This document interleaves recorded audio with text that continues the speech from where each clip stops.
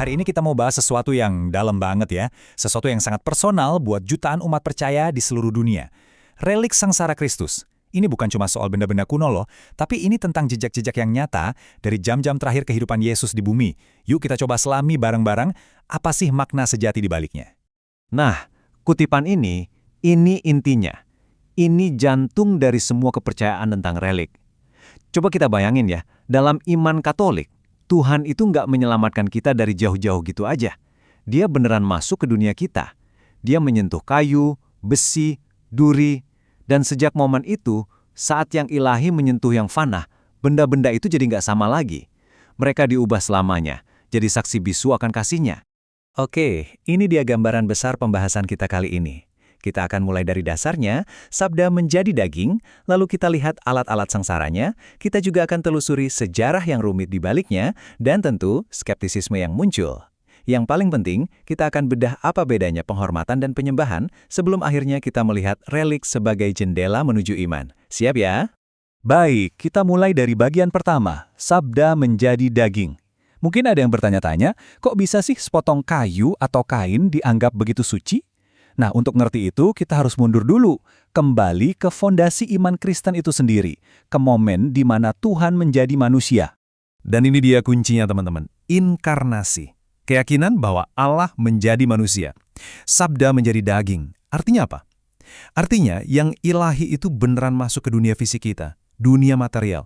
Jadi kalau Tuhan sendiri memilih hadir dalam wujud fisik, itu berarti dunia material itu bukan sesuatu yang jelek atau harus dihindari.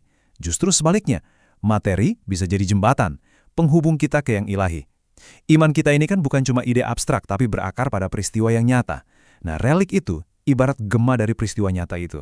Oke, dari dasar teologinya, sekarang kita masuk ke benda-benda spesifiknya. Benda-benda yang menjadi relik paling dihormati dalam kekristenan. Luar biasa ya, bagaimana alat-alat penyiksaan yang mengerikan ini bisa berubah jadi ikon harapan dan keselamatan. Yang pertama dan paling utama tentu saja, salib sejati. Ini dianggap sebagai relik terbesar dari semuanya. Ini bukan sekedar kayu, ya. Ini adalah altar di mana pengorbanan Kristus terjadi. Bisa dibilang dari sinilah penghormatan terhadap relik-relik sengsara yang lain itu berawal. Lalu ada mahkota duri. Coba bayangin deh, sebuah alat yang sengaja dibuat untuk mempermalukan, untuk mengolok-olok Yesus sebagai raja. Mahkota duri ini kan seharusnya jadi puncak dari semua ejekan itu. Tapi luar biasanya, dalam iman Kristen, simbol penghinaan ini justru maknanya dibalik total. Ini jadi mahkota kemuliaan yang sejati, tanda penderitaan yang justru membawa keselamatan. Berikutnya, tombak suci. Ini juga bukan sekedar senjata biasa. Kalau kita baca di Injil Yohanes, tusukan tombak ini jadi semacam konfirmasi hukum bahwa Yesus benar-benar sudah wafat. Tapi para teolog di awal-awal gereja melihat makna yang jauh lebih dalam. Dari luka yang dibuat tombak inilah mengalir darah dan air, dan ini dilihat sebagai simbol dari sakramen-sakramen yang melahirkan gereja. Luar biasa kan? Nah, setelah kita paham konsep teologisnya, sekarang kita pindah ke bagian sejarahnya, dan harus diakui, ini adalah sejarah manusia yang, ya, cukup rumit dan kadang berantakan. Gimana sih ceritanya relik-relik ini bisa ditemukan, tersebar kemana-mana dan akhirnya dihormati seperti sekarang? Perjalanan relik-relik ini benar-benar epik, melintasi benua dan berabad-abad. Dimulai dari penemuan yang legendaris oleh Santa Helena di Yerusalem sekitar tahun 326. Lalu, seiring berkembangnya devosi kepada para kudus, fragmen-fragmen relik ini mulai menyebar ke seluruh dunia Kristen. Mahkota duri, misalnya, sempat diamankan di Konstantinopel, sebelum akhirnya pada tahun 1239 dibeli oleh Raja Louis IX dari Prancis dan dibawa ke Paris. Raja Louis bahkan membangun kapel yang super megah, Saint Chapel, khusus untuk menyimpan relik ini. Jadi ini bukan cuma kisah iman, tapi juga kisah tentang kekuasaan dan devosi yang luar biasa. Tapi, tentu aja ceritanya nggak semulus itu. Kisah ini nggak akan lengkap kalau kita nggak bahas sisi lainnya, yaitu keraguan, kontroversi, dan kritik yang muncul sepanjang sejarahnya. Kutipan dari John Calvin ini benar-benar menangkap semangat zaman reformasi Protestan. Dia dan para reformator lain tuh khawatir, jangan-jangan devosi yang begitu besar pada benda-benda fisik ini malah mengaburkan hal yang paling penting, yaitu hubungan kita langsung sama Tuhan. Mereka melihat ada bahaya penyembahan berhala di situ. Bahkan ada sebuah kritik, atau lebih tepatnya sindiran yang terkenal banget di akhir abad pertengahan. Katanya, kalau semua serpihan salib sejati yang tersebar di Eropa dikumpulin, kita bisa bangun satu hutan penuh. Nah, sindiran ini menyoroti masalah yang nyata banget saat itu. Jumlah relik yang beredar itu banyak sekali. Saking banyaknya, orang jadi ragu, mana yang asli, mana yang palsu. Tuduhan penipuan pun di mana-mana. Ini contoh yang konkret banget. Coba bayangin, pada satu masa ada lebih dari 30 paku suci yang diklaim asli dari penyaliban dan semuanya dihormati di berbagai gereja di Eropa. Angka ini nunjukin betapa besar permintaan akan relik pada abad pertengahan. Dan sayangnya, di mana ada permintaan, di situ ada, ya, pasar gelap. Pasar gelap relik palsu, di mana kadang-kadang niat yang soleh dan penipuan jadi susah banget dibedain. Oke, jadi pertanyaannya, gimana gereja menjawab semua tuduhan penyembahan berhala ini? Nah, jawabannya ada pada sebuah pembedaan teologis yang krusial yang penting banget untuk kita pahami. Nah, ini dia pembedaan kuncinya.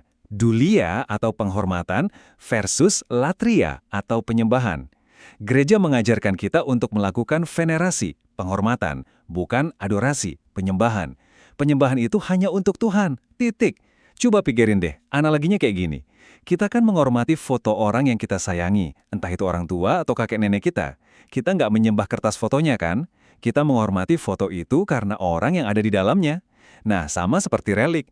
Relik itu dihormati karena hubungannya dengan Kristus. Tujuan akhirnya selalu dan hanya kepada Tuhan.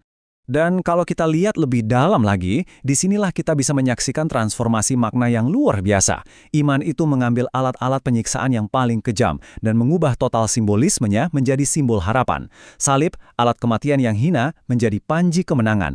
Mahkota duri, tanda penghinaan, menjadi mahkota kemuliaan. Dan tombak yang menciptakan luka, justru dari luka itulah lahir gereja secara simbolis. Ini luar biasa banget.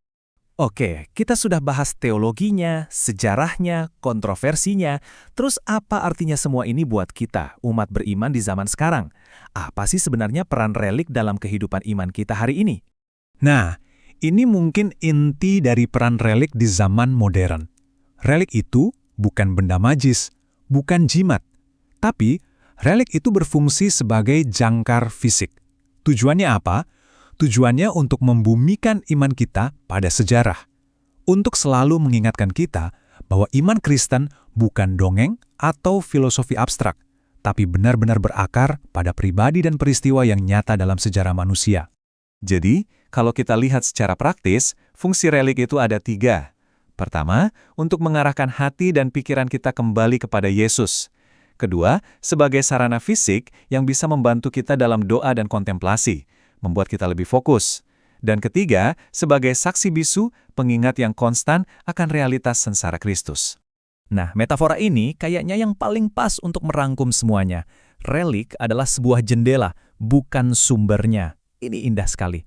Artinya, kita itu tidak menyembah kaca jendelanya. Kita bersyukur atas cahaya yang masuk melalui jendela itu. Jadi, kekuatannya bukan ada di reliknya itu sendiri, tapi pada Kristus, yang cahayanya bersinar melalui benda-benda ini kepada kita. Pada akhirnya, teman-teman, inilah undangan yang ditujukan untuk kita semua. Saat kita merenungkan relik sengsara, kita diajak untuk melihat lebih dari sekedar artefak sejarah. Kita diundang untuk percaya pada kasih Tuhan yang begitu besar. Kita diundang untuk bertobat dan kembali padanya. Dan yang terpenting, kita diundang untuk mengasihi sesama, seperti Kristus telah lebih dulu mengasihi kita. Jadi, pertanyaan refleksi ini saya tinggalkan untuk kita semua. Bagaimana mungkin para saksi bisu dari sebuah eksekusi 2000 tahun yang lalu, sepotong kayu, beberapa duri, sebatang logam, bisa menjangkau kita hari ini, dan mengundang kita semua ke dalam iman yang lebih dalam, lebih nyata, dan lebih personal? Jawabannya, tentu saja, ada di dalam hati kita masing-masing.